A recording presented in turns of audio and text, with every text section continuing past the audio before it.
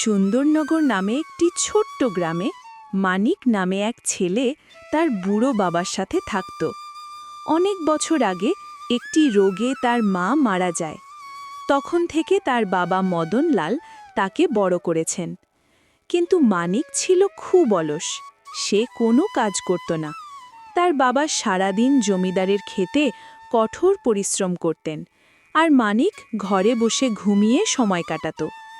একদিন সকালে মদনলাল বললেন, ও মানিক, এতক্ষণ ঘুমাচ্ছিস কেন?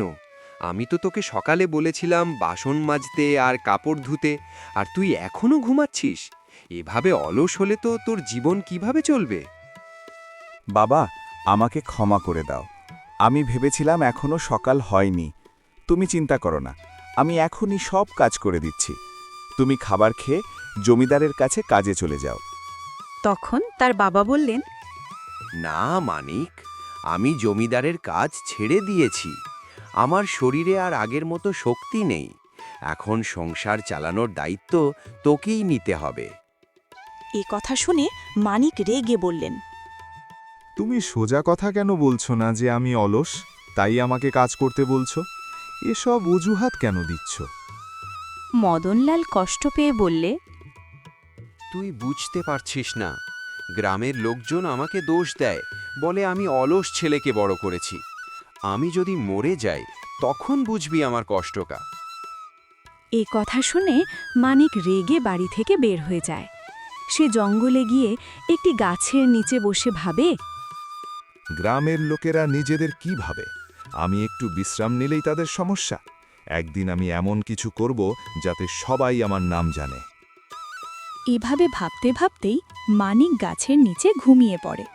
ঠিক তখনই একজন পথচারী সেখানে এসে তাকে ঘুমাতে দেখে বলল, আরে, এই ছেলেটা তো খুব সুস্থ সবল ও শক্তিশালী ছেলে, তবু এভাবে অলস হয়ে গাছের নিচে ঘুমিয়ে আছে।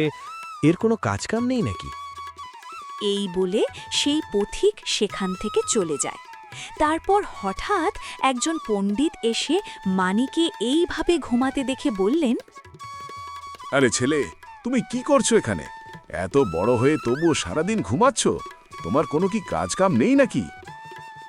মানিক রেগে উঠে বলল, তোমার সমস্যা কি? বাড়িতে বাবা ঘুমোতে দেয় না, আর এখানে এসে একটু শান্তিতে বিশ্রাম নিচ্ছি, তাতেও তুমি বাধা দিচ্ছ? পণ্ডিত শান্তভাবে বললেন, দেখো ছেলে, আমি তোমার শত্রু নই। তুমি ভুল পথে চলছ, তাই তোমাকে সতর্ক করতে এসেছি। তোমার সামনে বড় বিপদ আসতে চলেছে। এখনই ঠিক না হলে পরে অনেক কষ্ট পেতে হবে। মানিক বিরক্ত হয়ে বললেন, আচ্ছা আচ্ছা, ঠিক আছে, তুমি এখন এখান থেকে যাও। আমাকে আমার মতোই থাকতে দাও। সবাই আমাকে ভুল বলে, এখন তুমিও আমাকে ভয় দেখাচ্ছ। ঠিক আছে, আমি এখন যাচ্ছি, কিন্তু মনে রেখো, তোমার ওপর বিপদের পাহাড় দাঁড়িয়ে আছে। এ কথা বলে পণ্ডিত সেখান থেকে চলে গেলেন।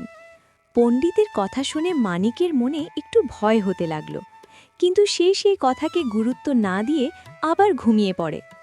যখন তার ঘুম ভাঙে তখন সে দেখে যে সন্ধ্যা হয়ে গেছে। মানিক বাড়ির দিকে রওনা হয়।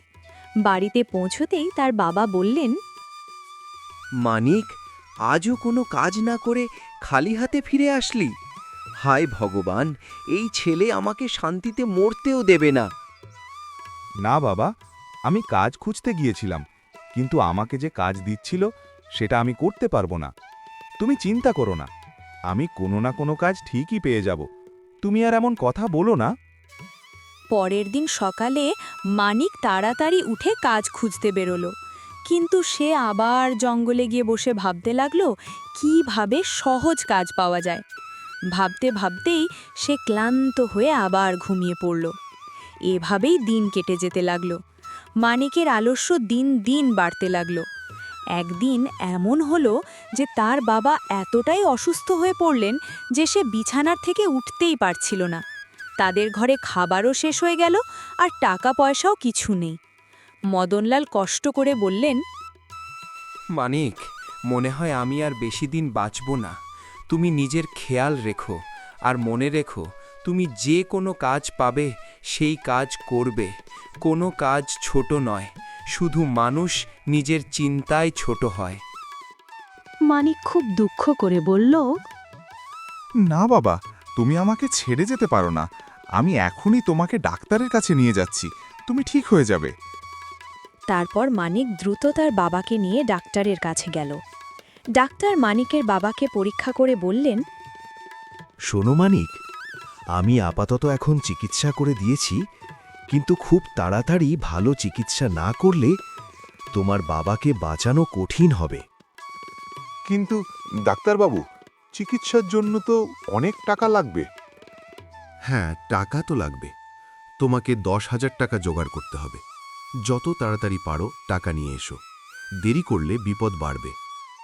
মানিক কাঁদতে কাঁদতে বলল, না ডাক্তারবাবু, আমার বাবার কিছু হবে না। আমি এখনই টাকার ব্যবস্থা করছি। আপনি শুধু বাবাকে বাঁচিয়ে রাখুন। ঠিক আছে, আমি কিছু ওষুধ দিচ্ছি, এতে কিছুদিন ওর অবস্থা ঠিক থাকবে। ততদিনের মধ্যে তুমি টাকার ব্যবস্থা করো, না হলে বাঁচানো যাবে না। মানিক তার বাবাকে ঘরে নিয়ে এলো। বাবার অবস্থা কিছুটা ভালো হলেও ভালো চিকিৎসার খুবই জরুরি ছিল। সেদিন মানিকের খুব খিদে পেয়েছিল, কিন্তু ঘরে কোনো খাবার ছিল না। সে খালি পেটে শুয়ে পড়ল, কিন্তু তার ঘুম আসছিল না। সে ভাবতে লাগল, হে ভগবান, এখন আমি কি করব? টাকা কোথা থেকে আনব? বাবা ঠিকই বলেছিল, পরিশ্রম করতে হবে, অলস হলে কিছুই হবে না। যদি বাবার কিছু হয়ে যায় তাহলে তার জন্য আমিই দায়ী থাকব। কাল সকাল হলেই আমি জমিদারের থেকে টাকা ধার নিয়ে বাবার চিকিৎসা শুরু করব, না হলে অসুখ আরও বেড়ে যাবে। পরের দিন সকালে মানিক টাকা ধার নিতে জমিদারের কাছে বেরিয়ে পড়ে। আরে মানিক, তোমার আবার এখানে কি দরকার? তোমার বাবা আমার কাছে কাজ ছেড়ে দিয়েছে, তারপর থেকে সব কাজ বন্ধ। কিন্তু তুমি এখানে কি করতে এসেছো? সব ঠিক আছে তো? না জমিদার বাবু, কিছুই ঠিক নেই। আমার বাবার শরীর খুবই অসুস্থ। ডাক্তার 10,000 চেয়েছেন, কিন্তু আমরা গরিব মানুষ, এত কম সময়ে এত বেশি টাকা কোথা থেকে আনব? আপনি তো এক জমিদার, আর আমার বাবা আপনার এখানে অনেক বছর ধরে কাজ করেছেন। দয়া করে সাহায্য করুন জমিদার বাবু, এখন বাবার জীবন আপনার হাতে। কি বলছো? 10,000 টাকা? তোমার কি মাথা খারাপ হয়েছে? তোমার বাবা এখন আর কোনো কাজে আসবে না। যে মানুষ কাজ করতে পারে না তার পেছনে টাকা খরচ করা উচিত নয়। যেমন সে আমার কাজ ছেড়েছে, তেমনি আমি তোমাদের সাহায্যও করব না। চলে যাও এখান থেকে। মানিক অনেক আশা নিয়ে গিয়েছিল, কিন্তু সব আশা ভেঙে গেল। তারপর সে গ্রামের প্রধানের কাছে গেল। হাত জোর করে অনেক অনুরোধ করল, কিন্তু সেখান থেকেও কোনো সাহায্য পেল না। হতাশ হয়ে মানিক আবার সেই জঙ্গলে গেল, যেখানে সে আগে ঘুমাতো। কিন্তু আজ সে ঘুমাতে পারল না। তার চোখে জল, মনে ভয়। সে কাঁদতে কাঁদতে বলল, হে ভগবান, আমাকে মাফ করো। আমার অলসতার জন্য আজ কেউ আমাকে কাজ দিতে চায় না। আমি বুঝতে পারছি আমি বড় ভুল করেছি। এখন টাকা কিভাবে জোগাড় করব? আমার বাবাকে বাঁচাও। ঠিক তখনই সেই পণ্ডিত আবার সেখানে এলেন। মানিকে কাঁদতে দেখে বললেন, কি হয়েছে ছেলে? আমি তো আগেই বলেছিলাম তোমার অলসতা একদিন তোমাকে বিপদে ফেলবে। এখন বুঝতে পারছো? মানিক কাঁদতে কাঁদতে বলল, আমাকে ক্ষমা করুন বাবা, আমি আপনার কথা শুনিনি। এখন আমার বাবা খুব অসুস্থ। ডাক্তার টাকা চেয়েছে, কিন্তু কেউ সাহায্য করছে না। আপনি আমাকে কোনো পথ দেখান, না হলে আমার বাবা মারা যাবেন। আমি একেবারে একা হয়ে যাব। পণ্ডিত একটু চিন্তা করে বললেন, ঠিক আছে ছেলে, তুই নিজের ভুল বুঝছিস, এটা শুনে ভালো লাগলো। এই নে, এইটা জাদুর পাথর। এটা তুই নিজের কাজে রেখে দে, আর জঙ্গলে গিয়ে কাঠ কাটা শুরু কর। এই পাথর কোনো সাধারণ পাথর নয়।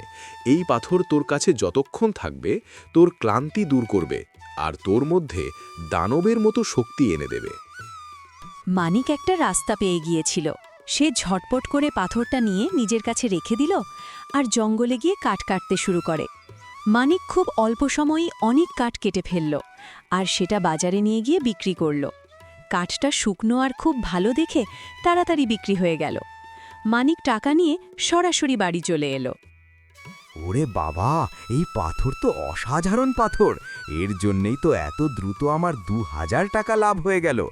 যদি এভাবেই কাঠ কাটা চালিয়ে যাই, কয়েক দিনের মধ্যেই তো 10,000 টাকা জমা হয়ে যাবে। ধন্যবাদ বাবা, তোমার জাদুর পাথরের সত্যিই জাদু আছে। তোমাকে অনেক অনেক ধন্যবাদ। পরের দিন মানিক জোরালোভাবে কাজ শুরু করল, যাতে তাড়াতাড়ি করে তার বাবার চিকিৎসা শুরু করতে পারে। সেজন্য কাজ শুরু করল। মানিককে গাধার মতো পরিশ্রম করতে দেখে গ্রামের মানুষরাও আশ্চর্য হয়ে পড়ে। এইভাবেই মানিক কয়েক দিনের মধ্যে 8,000 টাকা জোগাড় করে ফেলল। ভগবানের কৃপায় 8,000 টাকার ব্যবস্থা হলো। এখন আমাকে দ্রুত আরও 2,000 টাকার ব্যবস্থা করতে হবে, কারণ বাবার স্বাস্থ্য দিন দিন আরও খারাপ হচ্ছে। মানিক বাবার কাছে গিয়ে দেখে তার অবস্থা আগের থেকে অনেকটাই খারাপ হয়ে গেছে। ওষুধও শেষ হয়ে গেছে। যদি দ্রুত ডাক্তারের কাছে নিয়ে না যেতে পারে, বাঁচা কঠিন হবে। হে ভগবান, বাবার অসুস্থতা দিন দিন বাড়ছে, ওষুধও শেষ হয়ে গেছে। আমাকে একটু সময় দাও। আমাকে যে করে হোক 2,000 টাকা জোগাড় করতে হবে। এক কাজ করি, আবার জমিদার বাবুর কাছে যাই। তারপর মানিক আবার জমিদারের কাছে গেল এবং অনুরোধ করে বলল, জমিদার বাবু, আমার 2000 খুব দরকার। দয়া করে আমাকে 2000 টাকা ধার দিন। জমিদার মনে মনে ভাবল, এটা ভালো সুযোগ। কম টাকায় ওকে দিয়ে অনেক কাজ করানো যাবে। আমার মতো তীক্ষ্ণ বুদ্ধির মানুষ তো আর কেউ নেই।